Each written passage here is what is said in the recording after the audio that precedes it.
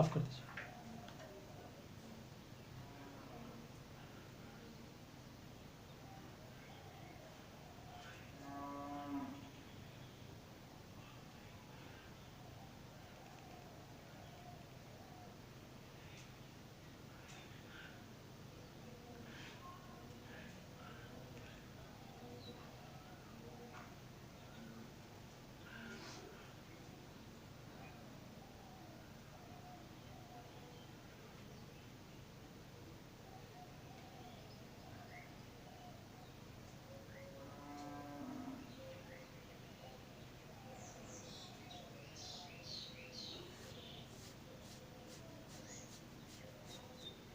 Okay, right, we are back again.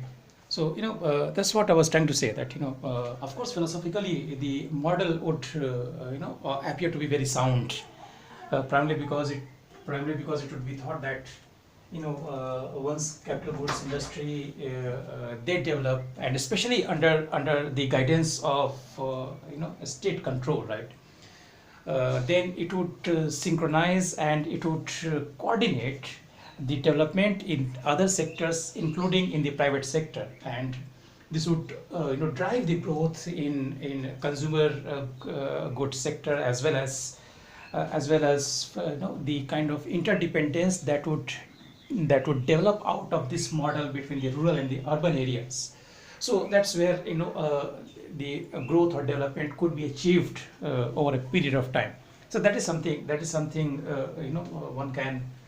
one can understand. But eventually, the way it was implemented, the way it was thought that centrally planned economy would be equally effective in every state at the local level, the way it gave rise to bureaucratization and tight control of the government over development, the way in fact uneven regional development started happening, and the way it led to the dissatisfaction in various regions against the model. So that is something one has to keep in mind when one is trying to appreciate the model of development which was proposed by Nehru in his philosophy, under his philosophy of a balanced growth that would happen when one is trying to achieve the objectives of socialism through democratic means, right?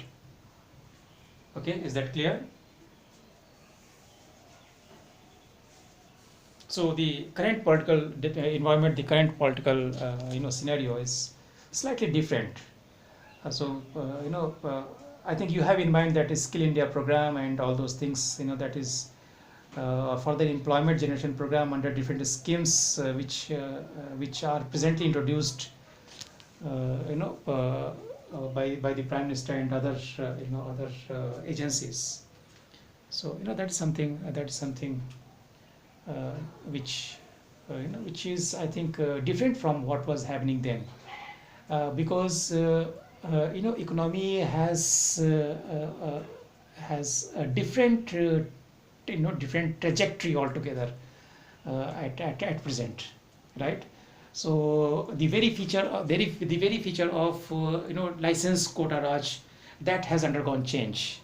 So the emphasis is more to felicitate the private sector participation in economy, and the government or the state is more in a role of felicitator and providing guidelines and required legislation and regulation rather than controlling and directing. So that's what the major difference is.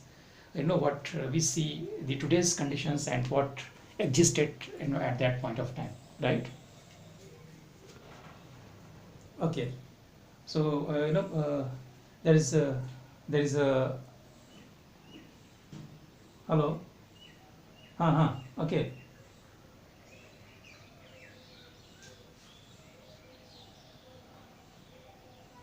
Hmm. Hmm. Ah, correct. See, the issue was not that everyone would migrate out of the village.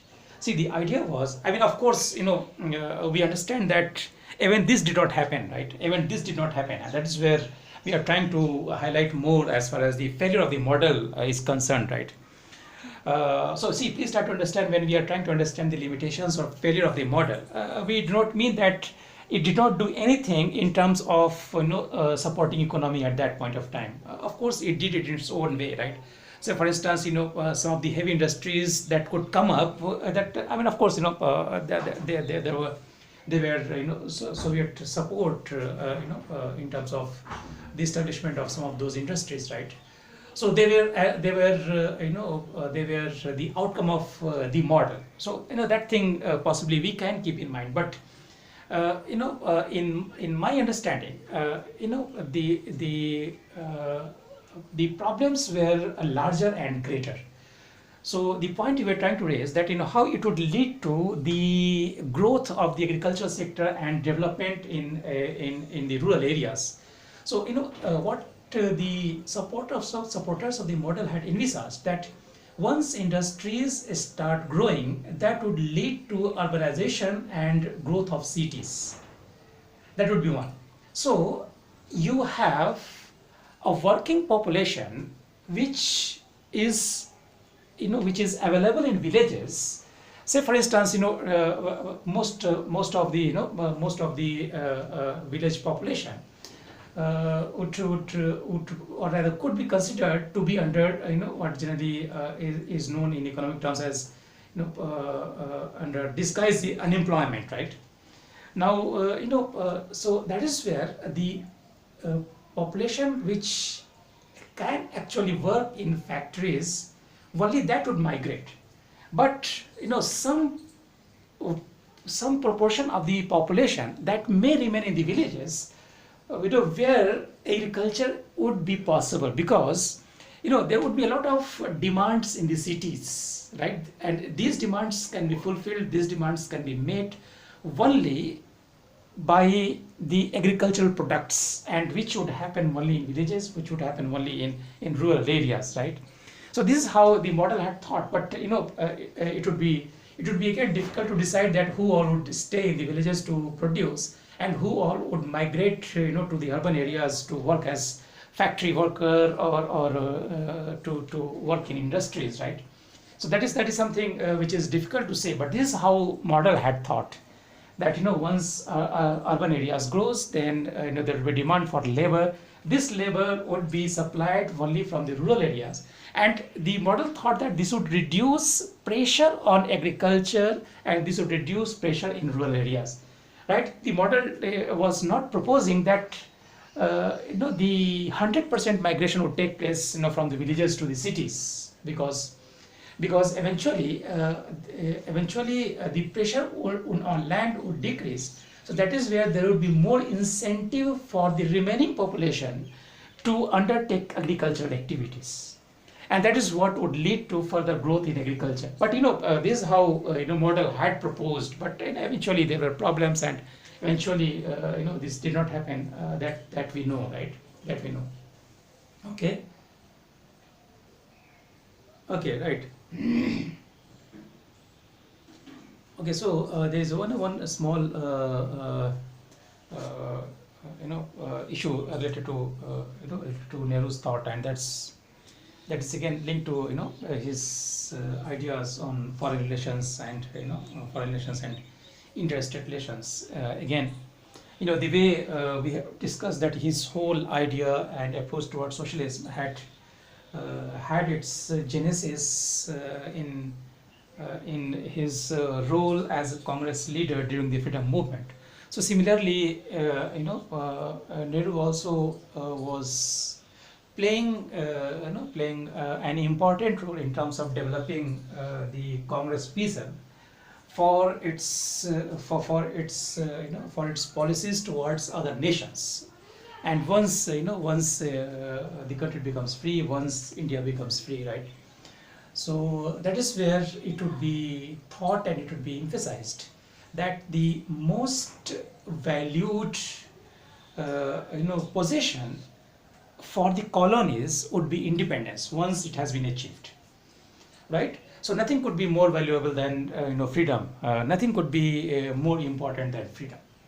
So once India becomes free in 1947, but that is the period where Cold War had started. Cold War has started coming into its shape, and towards the end of 1940s and early 1950s, it would be very much clear that the world would be seen to be divided in two different blocks, communist and the capitalists. But they would claim themselves to be the true champions of democracy. So that is where the capitalist bloc led by United States of America would claim to be the champion of democracy, but the bloc led by USSR, it would say that as far as the liberal democracy was concerned, since there was no economic equality, there was no economic freedom. So that is where democracy would be a fast thing in capitalist democracy. So real democracy would lie in communism. So that is where they both would criticize. That is where that is where they both would criticize would, that is where they both would criticize, and that is where they would try to enhance their sphere of influence, right? Their sphere of influence, and it is amidst that international political environment that Nehru, along with some other important leaders of his time, had come up with the idea of non-alignment.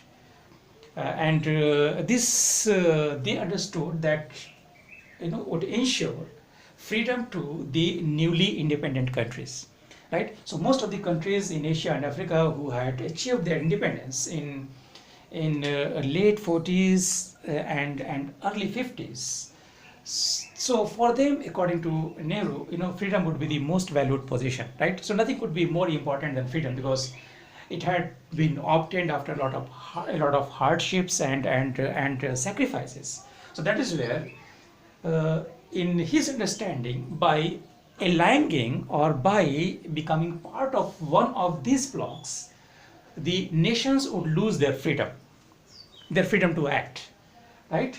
Their freedom as a sovereign country, their freedom to take policy decisions for their country or in their national interest in a sovereign manner.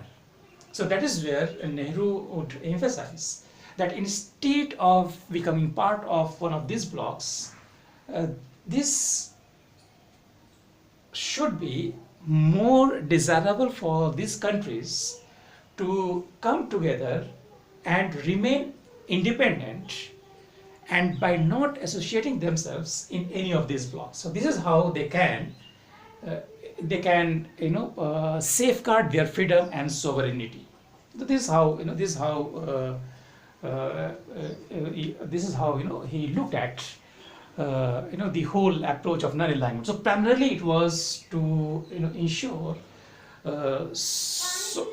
primarily it was to ensure sovereign primarily it was to ensure the sovereign freedom to the newly independent countries, right? So, but there were other objectives that they thought that they can fulfill, or that they can endeavor to achieve as non-aligned countries. Say, for instance, the